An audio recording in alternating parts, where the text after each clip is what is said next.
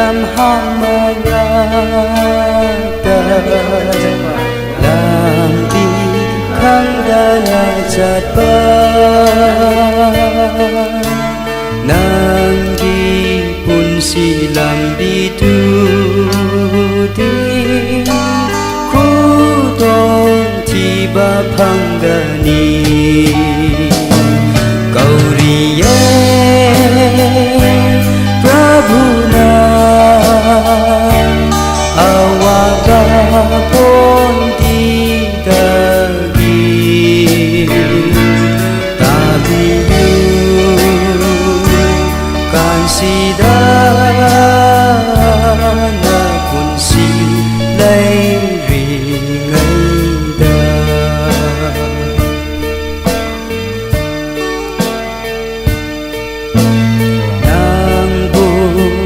tam asukwina ngai ri Prabhu Jisuna kanta duna yang sindiyu na kun si kayam lairi Gauriye Prabhuna awaga pon didagi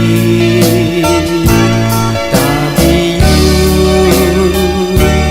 kan sidana pun silai ringaida